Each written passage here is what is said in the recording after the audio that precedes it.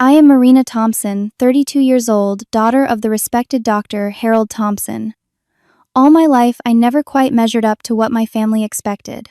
When I received an invitation to my father's retirement party after years of minimal contact, I felt a glimmer of hope for reconciliation. Instead, in front of 200 guests, my father called me the biggest disgrace to this family. What he never expected was my calm response that left everyone breathless. If you have ever been the family disappointment, you know how this feels. Let me know where you are watching from, and hit that like button as I share how I finally stood up for myself after years of emotional abuse. Growing up in Westview Heights, the most affluent neighborhood in our town, I was surrounded by success and expectations. Our Tudor-style home with its manicured lawn and imposing facade was a physical manifestation of what the Thompson family represented to the community. My father, Harold Thompson, was not just any doctor. He was chief of cardiology at Westview Memorial, published in leading medical journals and respected by everyone in our social circle. His patients adored him for his skilled hands that saved countless lives. The irony that those same hands could not heal the fractures in his own family was not lost on me. My mother, Elizabeth, played her role perfectly. The quintessential doctor's wife, she hosted charity galas, sat on hospital boards, and maintained our family's social calendar with military precision. With her pearls and perfect blowout, she was the epitome of upper-middle-class success. When introducing us to others, she always mentioned my father's latest achievement or my brother's academic prowess before acknowledging my existence. James, my older brother by 4 years, was the golden child from day one. He brought home straight. As captained the debate team and knew by age 12 that he would follow our father into medicine. Every family dinner conversation revolved around medical breakthroughs, hospital politics, or James's progress through his advanced placement science courses. Then there was me. From my earliest memories, I was drawn to colors, shapes, and capturing the world through different lenses. When I was 7, I spent my birthday money on a disposable camera instead of the science kit my parents had subtly suggested. The disappointment on my father's face when I showed him my photographs of neighborhood cats and interesting cloud formations still stings when I think about it. "Marina, sweetheart, these are nice," he had said, barely glancing at them, "but perhaps you should focus more on your mathematics. Your teacher mentioned you are falling behind." I was not falling behind. I had scored 89% on my last test, but James had always scored in the high 90s, setting an impossible standard. As I entered middle school, my artistic interests only grew stronger.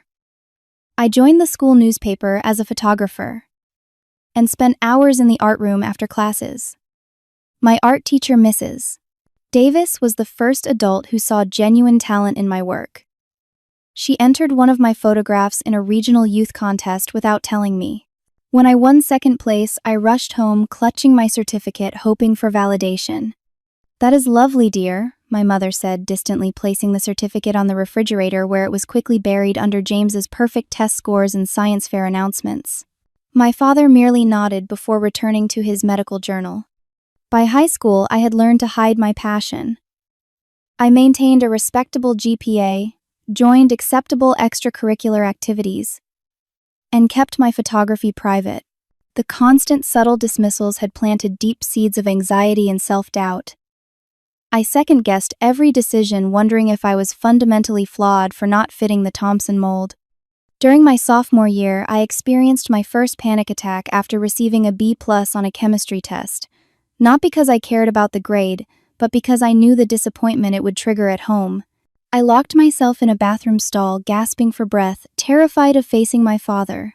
That night at dinner, he lectured me for 30 minutes about the importance of scientific literacy, while James offered to tutor me with a condescending smile. My graduation from high school should have been a celebration. I had maintained a 3.8 GPA, served as yearbook editor, and been accepted to several good colleges. At my graduation dinner, after spending 20 minutes praising James for being accepted to Johns Hopkins Medical School, my father finally turned to me. "Marina has done adequately as well," he said, raising his glass half-heartedly. "The state university has a decent liberal arts program, I suppose. Though I still think pre-med would have been a more appropriate choice." That night alone in my room, I made a decision that would widen the gulf between us permanently. I declined my acceptance to State University and instead accepted the offer from the prestigious Hartwell College of Arts, known for its exceptional photography program. When I announced this at breakfast the next morning, my father's face turned an alarming shade of red. "You will not waste your potential and my money on some art hobby," he declared, slamming his fist on the table. "Either you pursue a practical degree or you are on your own." I remember my mother's silent tears and James's uncomfortable stare as I stood my ground for the first time in my life. "Then I will be on my own," I said, my voice surprisingly steady despite my racing heart. That summer was the beginning of my exile from the Thompson family identity. I was permitted to live at home, but the atmosphere was frigid. My parents spoke to me only when necessary, and James avoided being alone with me, unwilling to choose sides. When August arrived and I packed my belongings for Hartwell, I knew I was crossing a threshold from which there would be no easy return. Hartwell College was a revelation. Suddenly, I was surrounded by people who spoke my language, who saw beauty in shadow and light, who valued expression over prestige. For the first time, I could breathe freely without the suffocating weight of disapproval following me everywhere. My freshman dormitory became my first true home. My roommate Rachel Chen was a sculpture major from California who laughed loudly and unapologetically, took up space in a way I had never allowed myself to do. Through her, I met Sofia Alvarez, a brilliant photographer whose work focused on family dynamics and cultural identity. They became the first people who truly saw me. "Your composition is incredible," Sofia told me after viewing my portfolio during our first photography seminar. "You have this way of capturing loneliness even in crowded spaces. It is haunting." Her words validated what I had always felt but never articulated. My photography was not just a hobby or a rebellion, it was my voice.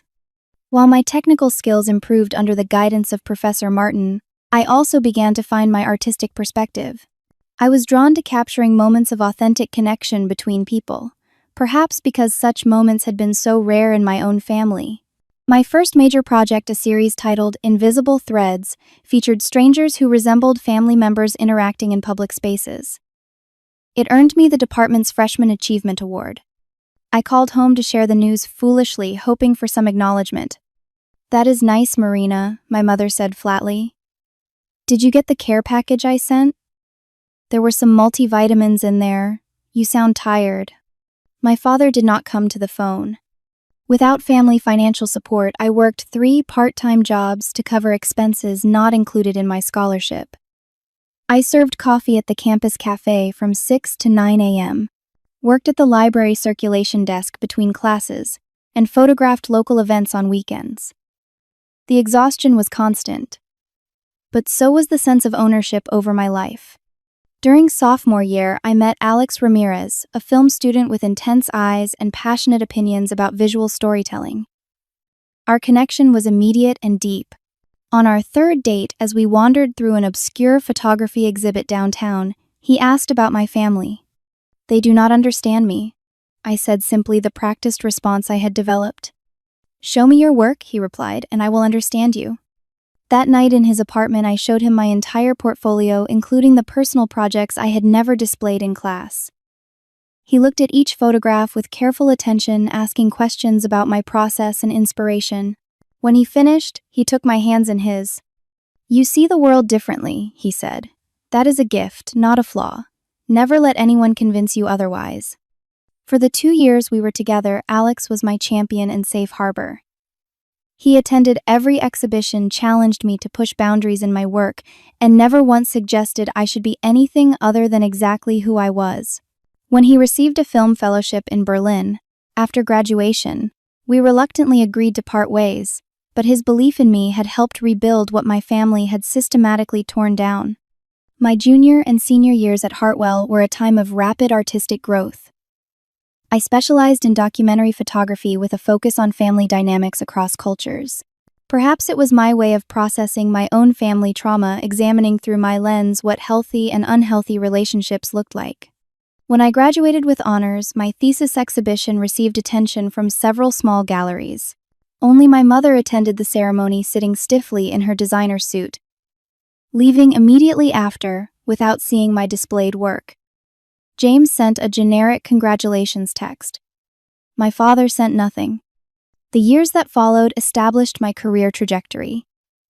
I moved to a tiny apartment in the city and worked as a photographer's assistant while building my portfolio. Slowly, my name gained recognition in certain circles. I documented marginalized communities for nonprofit organizations, had my work featured in social justice campaigns, and eventually began receiving commissions from smaller magazines. Each tiny success felt enormous to me, each publication a validation that I had made the right choice. Yet the hole left by my family's absence remained. Every achievement came with the bittersweet knowledge that the people whose approval I had sought for so long would never give it. Family gatherings became increasingly rare and tense affairs. I attended Christmas dinners and occasional birthdays where conversation remained superficial and strained. My parents inquired about my photography hobby with the same tone they might use to discuss a slightly embarrassing medical condition. The contrast between my family's perception of my career and the reality became almost comical. The same week, a major arts magazine published my photo essay on generational trauma. My mother called to ask if I had considered taking courses in medical office administration as something to fall back on. The final straw came during what should have been a shared celebration. My first major gallery show coincided with James's graduation from his medical residency. When I mentioned the conflict in dates, my mother did not hesitate. Well, of course we will be at James's graduation. This is a milestone in his career, Marina. I am sure your little exhibition can be visited another time. My little exhibition had been covered by National Arts Press. The gallery had sold out opening night, but in the Thompson family hierarchy, it would always be insignificant compared to anything related to medicine. After that, I pulled back further. I called less frequently, visited only when absolutely necessary, and protected myself by expecting nothing. I built a chosen family of friends and colleagues who celebrated my successes and supported me through failures. For nearly 2 years, I maintained only the most minimal contact with my parents and brother, which is why the thick cream envelope containing an invitation to my father's retirement party came as such a surprise. The invitation arrived on a Tuesday in March.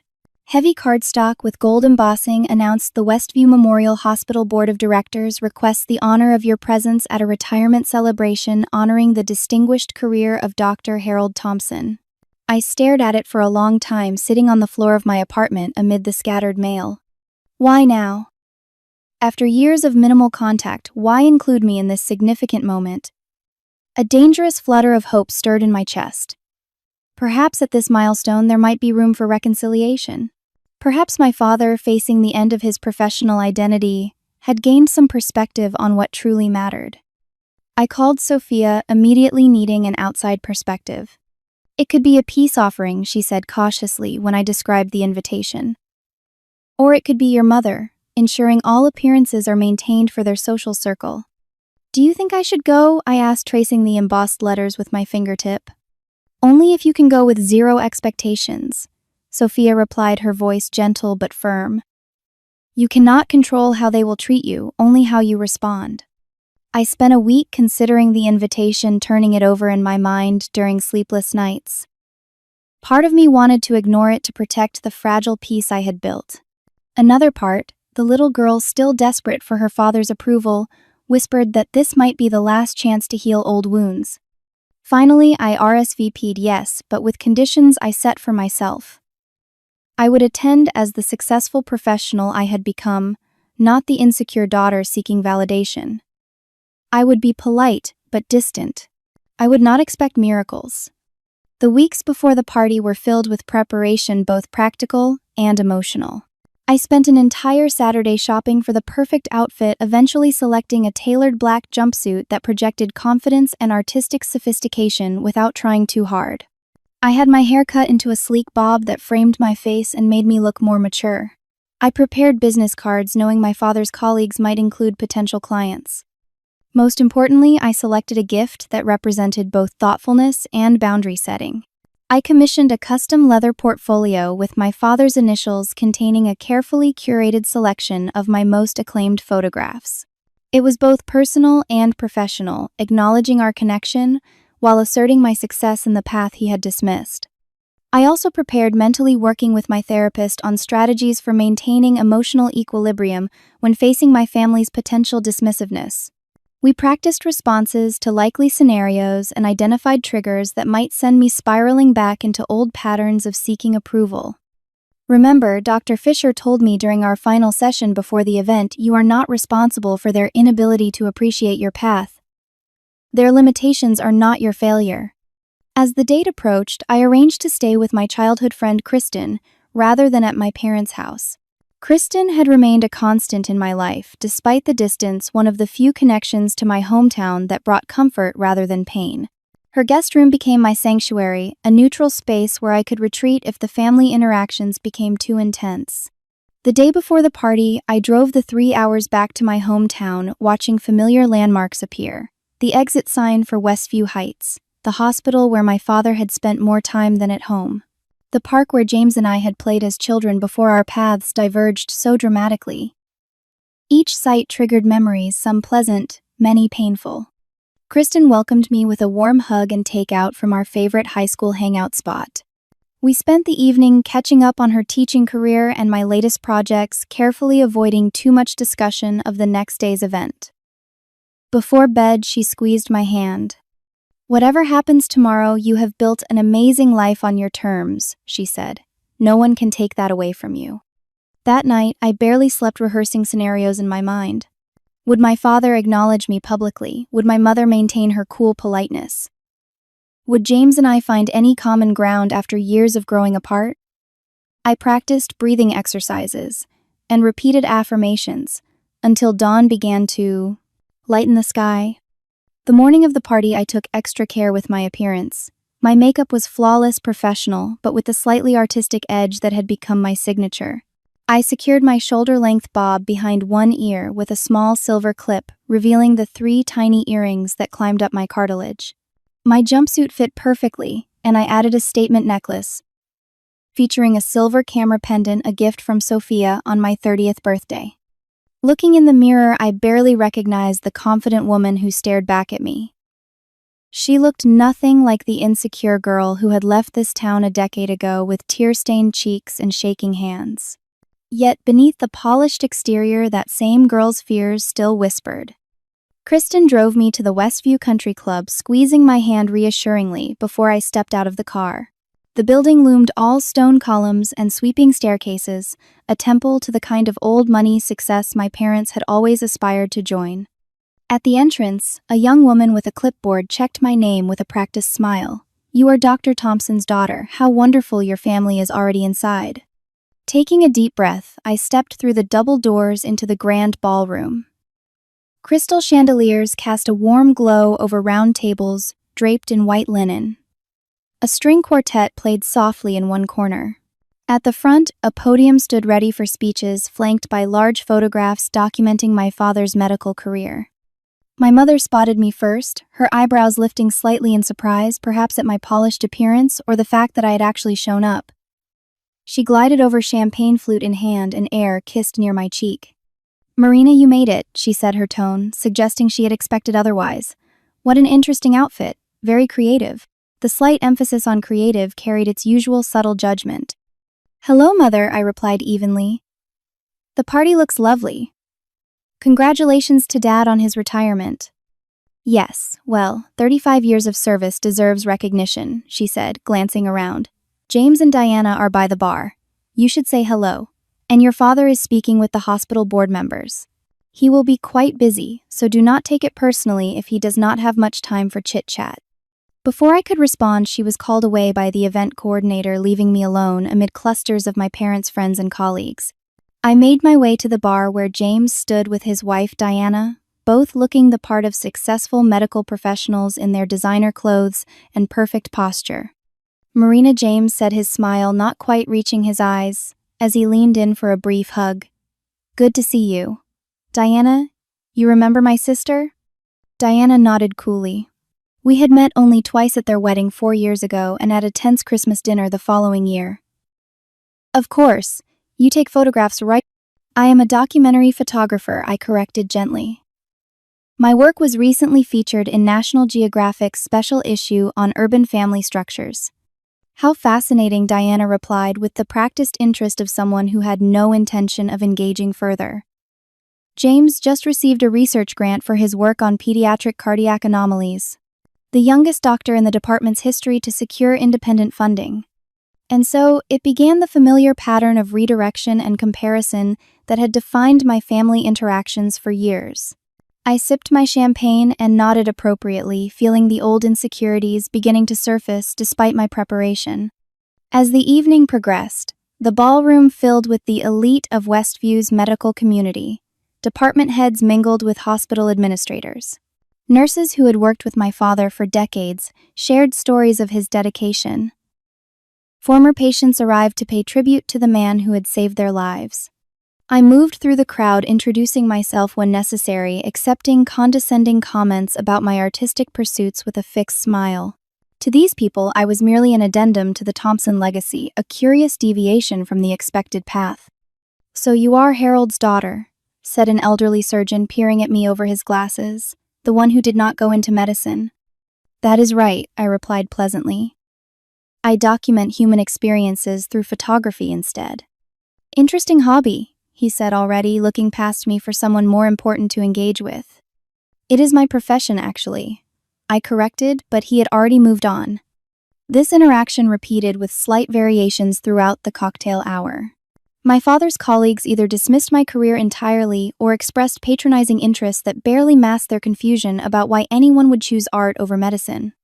"Just taking pictures, eh?" chuckled a ruddy-faced cardiologist.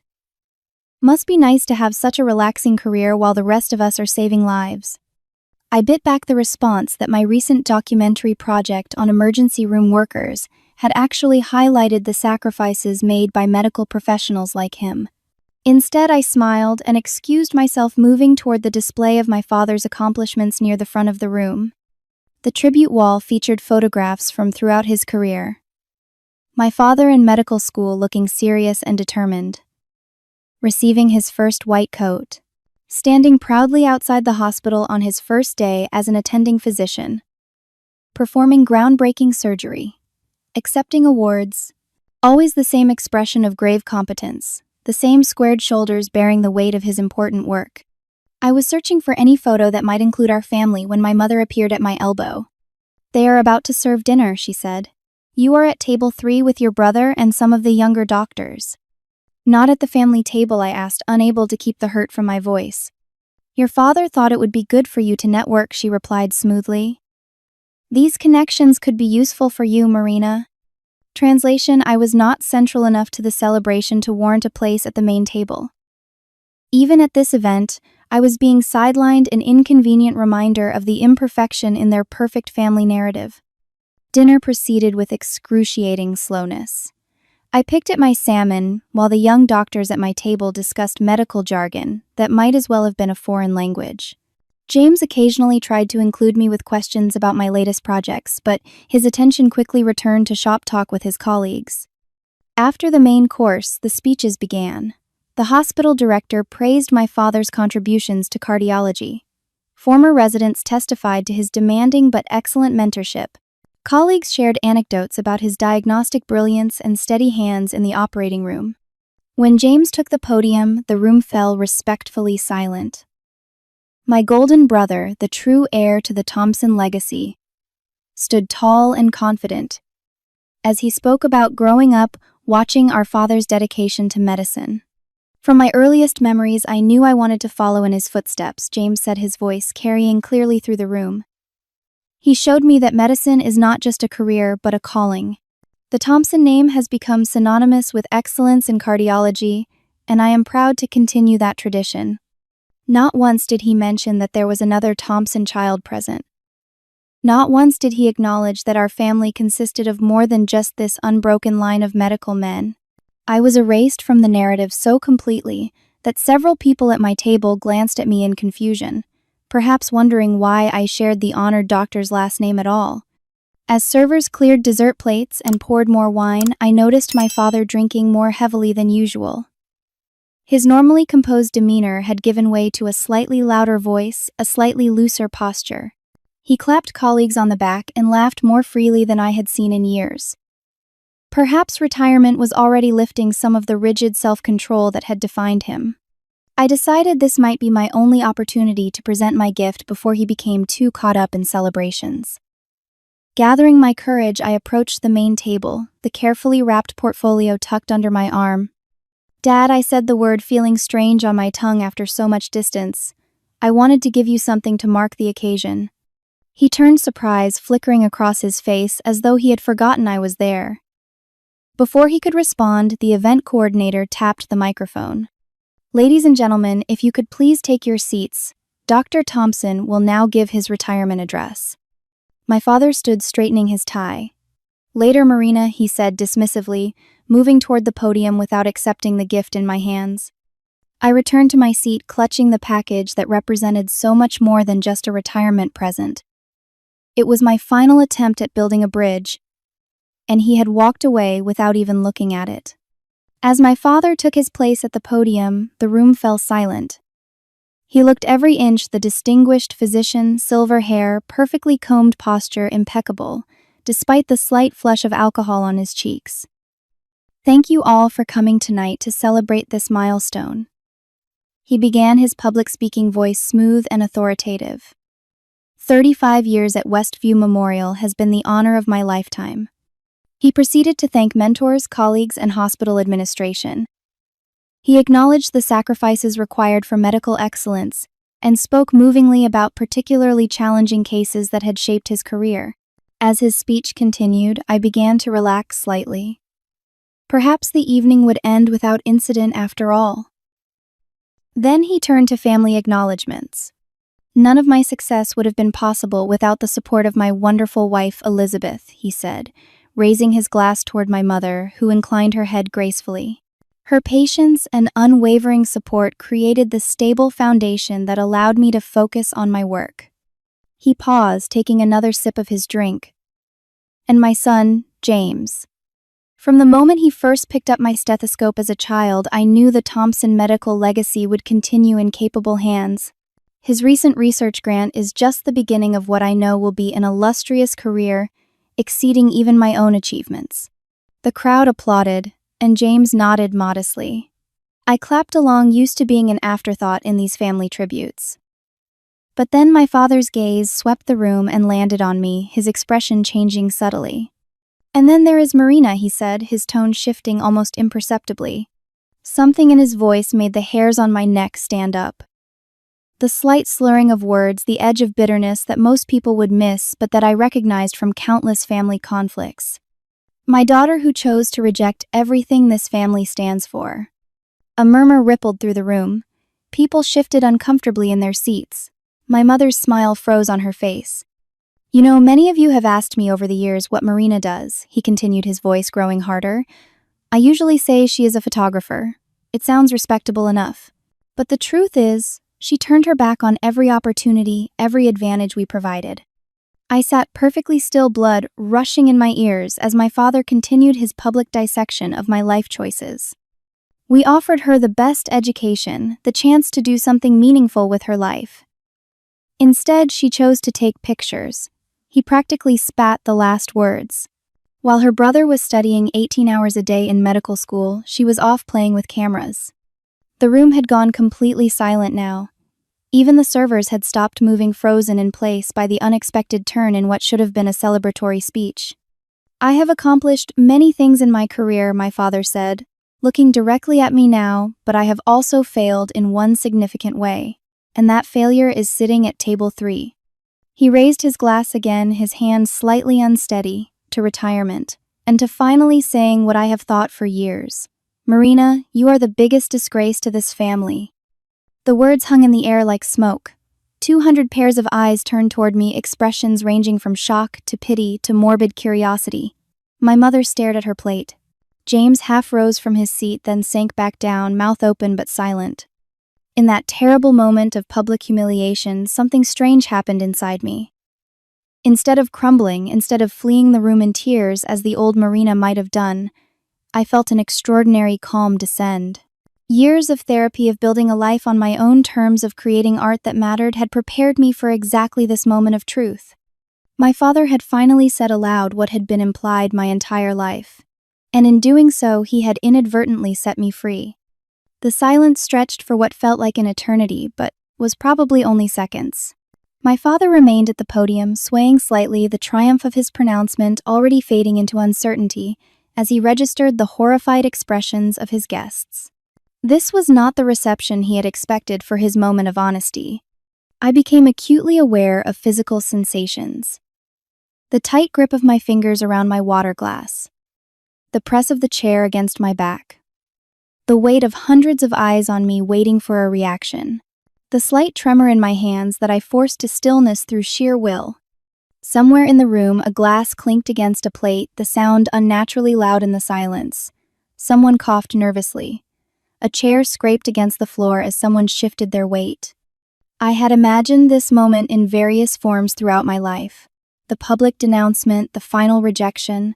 In my imaginings, I had always crumbled tears streaming down my face as I begged for acceptance or fled in humiliation. But the reality was entirely different. Instead of devastation, I felt a strange clarity as though a fog had finally lifted. For years, I had contorted myself trying to earn a place in my family, while simultaneously building a life that contradicted their values. The cognitive dissonance had been exhausting. Now, with my father's public declaration, the pretense was over. There was nothing left to lose, no relationship left to preserve through careful diplomacy. I placed my napkin carefully on the table and stood. The movement was deliberate, unhurried. I smoothed the front of my jumpsuit and straightened my shoulders. Then I walked toward the podium, my heels clicking against the hardwood floor in the absolute silence. My father watched my approach with growing apprehension, perhaps only now realizing the magnitude of his actions. When I reached the front of the room, I turned to face the guests, rather than confronting him directly. "Good evening," I said, my voice steadier than I had expected. For those who do not know me, I am indeed Marina Thompson, the family disgrace. A nervous titter ran through the crowd, quickly silenced. My father is right about one thing. I did choose a different path than the one laid out for me. I chose to pursue photography rather than medicine. To create rather than follow. To document the world as I see it rather than conform to someone else's vision of success. I paused, looking around the room at the faces of people who had known me only as Harold Thompson's enigmatic daughter. What my father failed to mention is that this disgraceful path has led me to publish work in National Geographic, The New York Times, and multiple international art journals. My photographs have been exhibited in galleries across 3 countries. Last year, I received the Emerging Documentary Photographer Award for my series on healthcare inequity, which ironically features several images from this very hospital's free clinic. I could see confusion on many faces. This did not match the narrative of the failed daughter they had just been presented with. But accolades are not why I chose this path. I chose it because it was authentic to who I am, just as medicine was authentic to my father and brother. The true disgrace would have been forcing myself into a mold that was never meant for me, living a life of quiet desperation while pretending to be someone I am not. My mother was staring at me now, her face unreadable. James looked both impressed and uncomfortable. My father's expression had shifted from righteous anger to something more complex. For decades, I have sought approval that was never going to come. I have stretched myself thin, trying to be both the daughter you wanted and the artist I am. Tonight has clarified things considerably. I turned to face my father directly now. You called me a disgrace to this family. I can see now that to you, that will always be true, because your definition of success is so narrow that it cannot accommodate difference. So yes, by your definition, I am a disgrace. And I finally accept that. I felt my voice gaining strength as years of suppressed thoughts found their release. Perfect, I continued, looking my father directly in the eyes. Then you can erase me from your will too. The words landed like a physical blow. My father's hand jerked and the champagne glass he had been clutching slipped from his fingers, shattering on the floor with a crash that echoed through the silent room. The golden liquid spread across the polished wood like spilled possibilities. I never wanted your money. I said into the shocked silence that followed. I never wanted your connections or your influence or your approval that came with so many strings attached. All I ever wanted was for you to see me. Really see me not as a failed version of James or a disappointing extension of yourself, but as Marina. A person with different gifts, different passions, but no less valuable. My father's face had gone pale. He gripped the podium as though it was the only thing keeping him upright. That is all any child wants from their parent, I continued, my voice softening slightly. To be seen for who they are, not who the parent wishes they were. But you could never do that, could you? You could never see past your own rigid vision of success to recognize that I was succeeding in my own way. I addressed the room again, aware that this very public family drama had far exceeded the bounds of propriety that my parents valued so highly. I apologize to all of you for this uncomfortable situation. I know this is not what you expected from an evening celebrating a distinguished medical career, but perhaps there is something valuable in this moment of honesty after all. I looked at the faces around me, doctors and nurses and administrators who had dedicated their lives to healing. You all work in a profession that requires empathy, that demands seeing people as they are rather than as you wish them to be. You treat patients with different bodies, different histories, different needs. You adjust your approach based on the individual before you, not on some idealized version of what a patient should be. I turned back to my father. It is ironic that someone who spent his career seeing patients as individuals could never extend the same courtesy to his own daughter.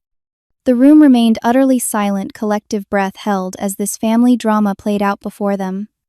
My mother had tears streaming silently down her face now.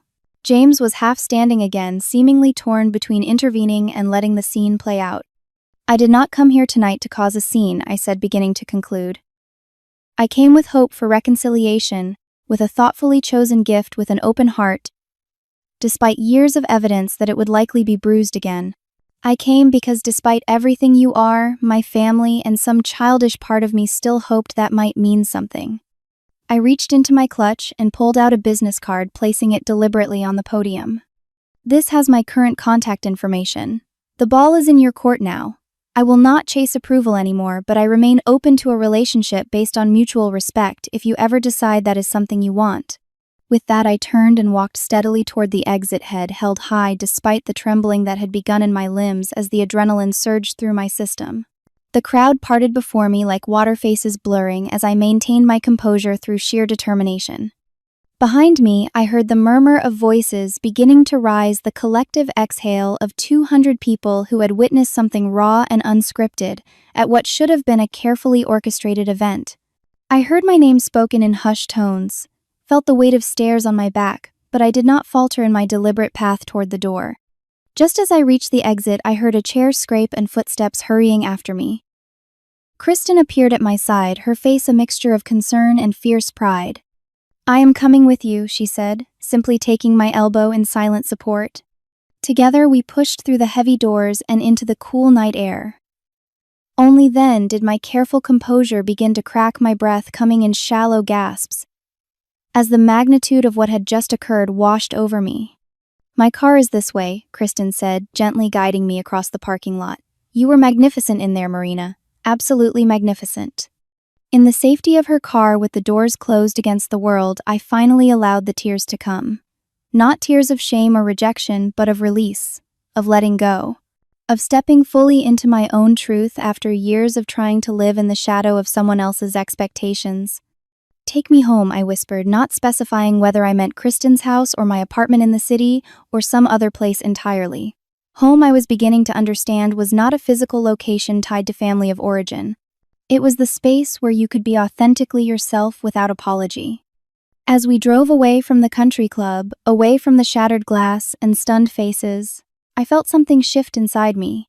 The constant ache of seeking approval that had accompanied me for decades began to dissolve, replaced by a strange lightness that felt something like freedom.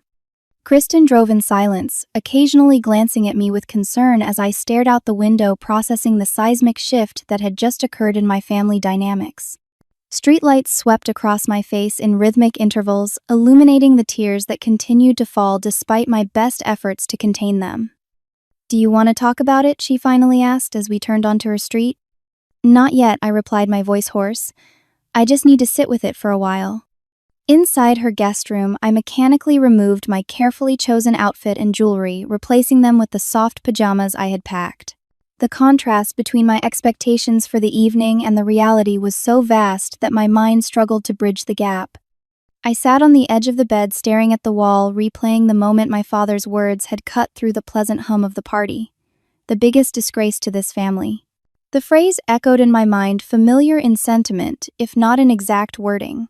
How many times had it been implied, if not stated so explicitly? How many disapproving looks and changed subjects and pointed comparisons to James had communicated the same message? Yet somehow hearing it stated plainly before witnesses had transformed it from a weight into a release. The secret family shame had been exposed to light, and in that exposure it had lost much of its power.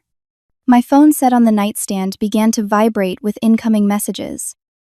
I glanced at the screen to see notifications from James, my mother, even distant relatives, who must have heard about the incident already. The family grapevine worked with impressive efficiency. I silenced the device without reading any of the messages.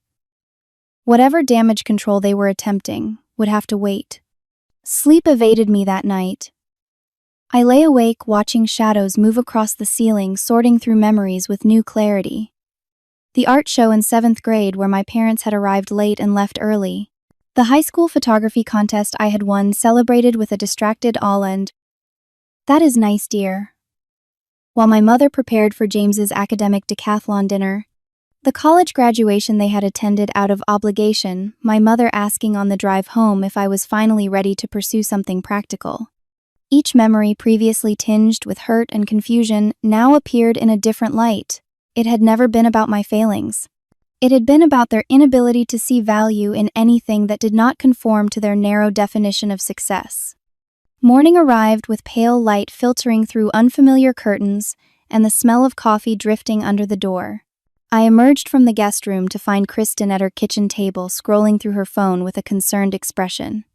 "It is all over social media," she said without preamble, turning her screen toward me. "Someone at the party posted about it." I took the phone, stomach dropping, as I read a local community group post drama at Dr. Thompson's retirement party when he called his daughter a disgrace, and she delivered an epic clapback before walking out. "Anyone know the full story? Sounds like some serious family issues." Dozens of comments followed, some from people who had been present, others speculating wildly based on rumor. My private family dysfunction had become public entertainment.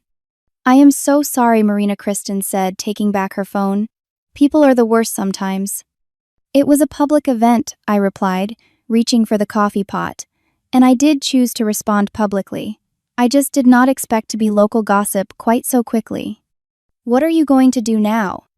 I considered the question as I doctored my coffee with cream and sugar. "I am going to finish this coffee, take a shower, and drive home." I said what needed to be said last night. "The next move is theirs." "You know you can stay longer if you need to," Kristen offered. "Thank you, but I need to get back to my life. I have a client meeting on Monday and photos to edit." The normality of these tasks seemed surreal after the previous night's drama, but also necessary. Life continued regardless of family ruptures. As I packed my overnight bag, my phone began to ring. James's name flashed on the screen. After a moment's hesitation, I answered. "Marina." His voice sounded rough, as though he had not slept either. "Are you okay? Where are you?" "I am fine," I replied neutrally. I stayed at Kristen's. "Last night was..." He paused, seemingly at a loss for words. "Illuminating," I supplied. "Dad was drunk," James said quickly. "He did not mean what he said. You know how he gets when he drinks too much." I closed my eyes, recognizing the familiar pattern of excuses we had all made for my father's behavior over the years. "Actually, James, I think alcohol just removed his filter." He meant every word. A heavy silence filled the line. "Maybe you are right," he finally conceded, his voice quieter. "But your response... I have never seen you stand up to him like that. To any of us." "It was overdue," I said simply. "Yes. The admission seemed to cost him something. Listen. Mom and Dad are beside themselves. Mom has been crying all morning. Dad is locked in his study, refusing to speak to anyone. The hospital administrator called to express concern about the unfortunate incident. It is chaos. I am sorry for the fallout, I said, and meant it, but I am not sorry for what I said. Would you be willing to meet with me? Just me. Before you leave town, there are things I think we should talk about, sister to brother. The hesitancy in his voice, the unusual vulnerability caught me off guard. James and I had not had a real conversation in years. Had never openly discussed the family dynamics that had pushed us into our prescribed roles. When and where, I asked after a moment's consideration. The coffee shop on Elm. In an hour. I will be there. I finished packing, said goodbye to Kristen, with promises to call her later, and drove to the small independent coffee shop that had been my refuge during high school. It was strange to return now as an adult who had broken free of this town and its expectations. James was already there when I arrived, seated at a corner table with 2 cups. He stood awkwardly as I approached, uncertainty written across features so similar to my father's. I got you a latte, he said. You still drink those, right? I do, thank you. I sat across from him, noticing the dark circles under his eyes and the rumpled appearance of his usually immaculate clothing. For several minutes, we sipped our coffee in uncomfortable silence, the weight of decades of complicated family history sitting between us like a third presence at the table. I owe you an apology, James finally said, staring into his cup rather than meeting my eyes. Many apologies, actually. I owe you an apologies. Actually. I waited, giving him space to continue. I knew how Dad treated you was wrong. I always knew, but it was easier to go along with it than to challenge it. Easier to accept the golden child role than to question why they treated us so differently. It was not your responsibility to fix their parenting, I said carefully. We were both children navigating a dysfunctional system. But I became complicit in it, he insisted, finally looking up. I enjoyed the approval, the attention. I let them diminish your accomplishments because it elevated mine by comparison. Even last night I sat there while Dad humiliated you publicly and did nothing. The admission hung between us, raw and honest, in a way our interactions had not been since childhood. Why medicine, James? I asked the question I had always wanted to pose but never dared. Was it truly your passion, or was it the path of least resistance? He ran a hand through his disheveled hair, considering. Both, I think. I do love medicine, the problem-solving, the tangible results, the feeling of making a difference. But would I have chosen it without Dad's influence? Without the family legacy weighing on me, I honestly do not know anymore. And are you happy? Most days, he said after a pause. The work fulfills me, but the pressure never stops. Dad's standards became my standards. Nothing is ever quite good enough. There is always another publication to pursue, another grant to secure, another milestone to reach. The Thompson family curse, I said with a sad smile. Perpetual striving, never arriving. You broke free of it, he observed. That is what last night was really about, I think. Dad could not stand that you had charted your own course and found happiness outside the path he prescribed. I am not sure I have entirely broken free, I admitted. Part of me still showed up last night hoping for his approval, even after all these years of evidence that it would never come on my terms. James nodded in understanding. Your speech, though, that was something else. Half the hospital board members approached me afterward to say how impressed they were with your poise and clarity. Really, this surprised me. Really, Dr. Patel, the new chief of surgery, actually asked for your business card, said the hospital has been looking to commission a photographer for their new wing, and was impressed by your portfolio. A startled laugh escaped me. The irony. I know, James smiled, a genuine expression that reminded me of the brother I had played with before expectations and competition had driven us apart. Marina, I would like to know you better. The real you, not the version of you that exists in our parents' narrative. I want to see your work, understand your world. If you are willing. The offer was unexpected, a potential bridge across a chasm I had assumed was permanent. I would like that, I said cautiously. But it would require some ground rules. No comparisons, no subtle digs about my career choice, no suggestions about more practical paths. Agreed, he said quickly. And in return, I promise not to bore you with medical jargon or humble brag about procedures.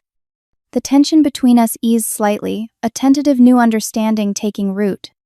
What about Mom and Dad? I asked, the question that could not be avoided indefinitely. James sighed heavily. They are in damage control mode right now, more concerned about their social standing than the actual issues you raised. Mom keeps saying you made a scene and embarrassed the family. Dad is oscillating between anger and a weird, stunned silence. So nothing has really changed, I observed. Not yet, he conceded. But something changed in me last night watching you stand in your truth. It made me question how much of my life has been lived to please them, rather than to please myself. As we finished our coffee and prepared to part ways, James hesitated before asking, "Will you stay in touch this time?" Really stay in touch, not just holiday cards and obligatory calls. I will, I promised. But the relationship has to be built on who we actually are, not who our parents wanted us to be. I can work with that, he said, and pulled me into an awkward but genuine hug before we parted. Driving back to the city that afternoon, I felt a complex mixture of emotions. The pain of my father's public rejection remained a bruise that would take time to heal. But alongside it grew something new. Not hope exactly, but a sense of possibility. The possibility that family relationships could evolve, that new connections could form from the ashes of old expectations. Most importantly, I felt the steady presence of my own voice finally expressed without apology or qualification. In standing up to my father, I had also stood up for myself in a way that felt transformative. Whatever came next, I would face it as the woman I had become, not as the daughter still seeking approval that would never come. The 3-hour drive back to my apartment gave me time to process the emotional whirlwind of the past 24 hours. Rain began to fall as I left the suburbs behind, matching my contemplative mood as I navigated the highway with music playing softly in the background. By the time I unlocked my door and dropped my overnight bag on the floor, exhaustion had overtaken me. I fell into a deep, dreamless sleep that lasted well into the following day, my body and mind demanding recovery time from the emotional marathon I had run. When I finally awoke, sunlight streaming through the blinds I had forgotten to close, reality came rushing back. I reached for my phone, steeling myself for the barrage of messages that awaited. 27 missed calls, 42 text messages, 19 emails. The numbers themselves were overwhelming, a testament to how thoroughly I had shattered the careful facade my family had maintained for decades. I sorted through them methodically, creating mental categories as I went. There were outraged messages from my mother alternating between guilt trips. How could you humiliate your father this way? And damage control. The Richardsons are asking questions. What am I supposed to tell them? My father had not reached out directly, which was unsurprising. Several distant relatives and family friends had sent awkward messages expressing concern or offering unsolicited advice. Most unexpected were the messages from my father's colleagues. Dr. Patel, as James had mentioned, inquired about commissioning work for the hospital's new wing. An older nurse who had worked with my father for 20 years wrote simply, "I saw myself in your words last night. Thank you for your courage." A retired cardiologist who had been my father's mentor expressed both concern for the family situation and genuine interest in seeing my professional portfolio. The most important message, however, came from Sophia. "Whatever happened last night, I am here. No questions, no judgment, just support. Call when you can." I did call her, detailing the entire scene while she listened without interruption. When I finished, her response was characteristically direct. "So, you finally said the things you have been carrying for years. How does it feel?" "Terrifying," I admitted. "Liberating. Sad. All of it at once." "That sounds about right," she said. "The truth is messy, but necessary." Over the next few days, I threw myself back into work, finding solace in the familiar routine of editing sessions and client meetings. I responded selectively to messages engaging with James and a few others, while establishing firm boundaries with my mother's attempts to minimize what had happened. I am not ready to pretend everything is fine. I wrote to her after her third message suggesting we move past this unfortunate incident. What happened at the party was just the surface eruption of issues that have been building for decades. I need time and space to process, and I hope you and Dad will take time to reflect as well. A week after the party, I received a carefully worded email from my father. The formal tone and perfect grammar told me he had written and rewritten it multiple times, a stark contrast to his unfiltered outburst at the retirement celebration. "Marina," it began without greeting. "My behavior at the retirement party was unprofessional and inappropriate. The combination of alcohol and the emotional impact of ending my career led me to express myself in ways that were regrettable. I apologize for the public nature of my comments." I noted what the apology did not include any acknowledgement that the content of his comments was wrong, not just their delivery.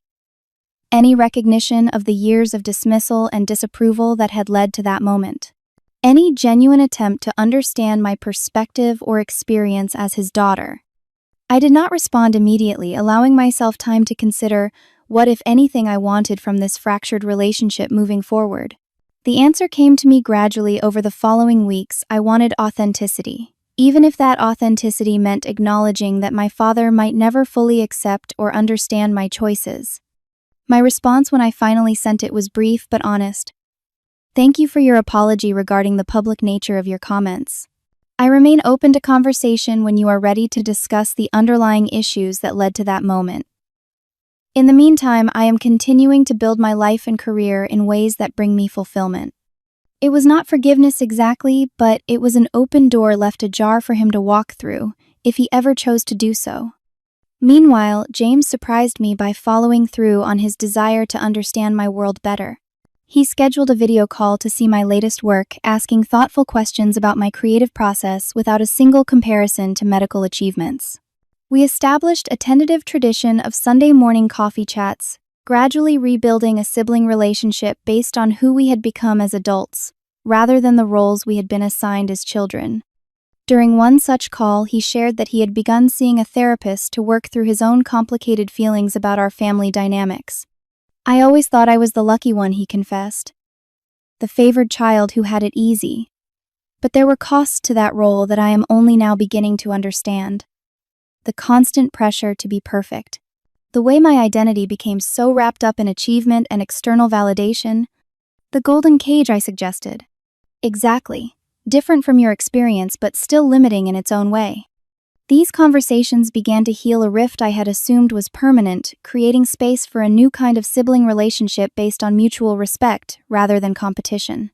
3 months after the retirement party incident, a major arts magazine expressed interest in my ongoing project documenting family structures across different socioeconomic backgrounds. The irony of receiving professional recognition for work, exploring the very themes that had defined my personal struggles, was not lost on me. When the feature was published, I sent copies to my family without commentary. James called immediately with genuine congratulations. My mother sent a brief text acknowledging that the photos were very professional looking. My father did not respond directly, but 2 weeks later I received a clipping from the local newspaper in my hometown. A small article mentioned that Dr. Harold Thompson had proudly displayed his daughter's magazine feature in his home office, a detail that must have been shared during some social gathering. It was a tiny gesture so small it might have seemed insignificant to anyone else. But I recognized it for what it was. The first fragile tendril of acceptance extended across the divide that had separated us for so long. 6 months after the retirement party, I returned to my hometown for the first time since that night. James and Diana had invited me for a weekend visit, a deliberate attempt to create new positive associations with a place that held so many difficult memories. During that visit, I agreed to a brief, carefully orchestrated dinner with my parents. The conversation remained superficial, focusing on neutral topics and avoiding any mention of the retirement party confrontation. Yet, something had shifted subtly. My father asked one question about my recent photography assignment, making brief eye contact before quickly changing the subject. My mother mentioned a childhood friend who had seen my magazine feature and been impressed. Small moments, tiny acknowledgments, but worlds away from where we had been. As the 1-year anniversary of the retirement party approached, I found myself reflecting on how much had changed both externally and internally. My career had flourished with new opportunities opening up, partly due to the connections made ironically through my father's colleagues. My relationship with James had evolved into something genuine and supportive. My parents and I maintained careful contact, neither fully reconciled nor completely estranged. But the most significant changes had occurred within me. The constant anxiety that had been my companion since childhood, the perpetual feeling of not measuring up, had diminished significantly. I no longer evaluated my success against an impossible standard set by someone else's values. I had learned to validate my own choices, to recognize my own achievements, without needing external approval to make them real. In therapy, I had begun to understand that my father's inability to accept my path had never been about my inadequacy but about his own rigid worldview and unresolved issues. This understanding did not erase the hurt of years of rejection, but it helped me carry it differently with compassion rather than shame. I had also discovered the power of chosen family. The friends who had rallied around me after the retirement party incident, who had created space for my grief and celebrated my professional successes, had shown me that meaningful connection was possible without the conditions that had characterized my family relationships. One evening, as I was preparing for a new exhibition featuring work that explored themes of identity and belonging, I received an unexpected message from my father. Unlike his previous formal communications, this one was brief and seemingly written in haste. Saw announcement of your upcoming exhibition. Planning to attend if that would be acceptable to you. I stared at the screen for a long time, emotions swirling as I considered the significance of this request. My father, who had never shown interest in my work, was asking permission to enter my world on my terms. It was not an apology or a full reconciliation, but it was movement. A step toward seeing me as I was, rather than as he had wished me to be. My reply was equally brief. Yes, that would be acceptable. Details attached. Thank you for asking. I did not know what would happen at that exhibition, whether this tentative bridge building would continue or collapse under the weight of years of hurt and misunderstanding. But I knew that whatever happened, I would face it as the woman I had become. A woman who had learned that standing in her truth, however difficult, was the only path to authentic connection and inner peace. The journey from being the family disappointment to becoming my own measure of success had been painful and complicated. There were no perfect resolutions, no magical moments of complete healing, just small steps toward greater authenticity, both within myself and in my relationships with others. As I curated photographs for the exhibition, selecting images that told stories of belonging and alienation, connection and isolation, I realized that my personal experience had deepened my art in ways I could never have anticipated. The very pain that had once seemed only destructive had become transformative, informing my vision and strengthening my voice. The biggest disgrace to the family had become, ironically, someone I was proud to be. Someone who had found the courage to break free of limiting expectations and forge her own path. Someone who had learned that true family, whether biological or chosen, was built on acceptance, rather than conditions on seeing, rather than shaping on love that embraced difference, rather than demanding conformity. Have you ever had to choose between being who others wanted you to be and being true to yourself? What would you have done in my situation at that retirement party? I would love to hear your stories in the comments below. If this resonated with you, please like and subscribe for more authentic conversations about family dynamics and finding your own path. And if you know someone struggling with family expectations, consider sharing this video. Sometimes knowing we are not alone in these experiences can make all the difference. Thank you for listening to my story, and remember that your worth is never determined by someone else's inability to see your unique gifts.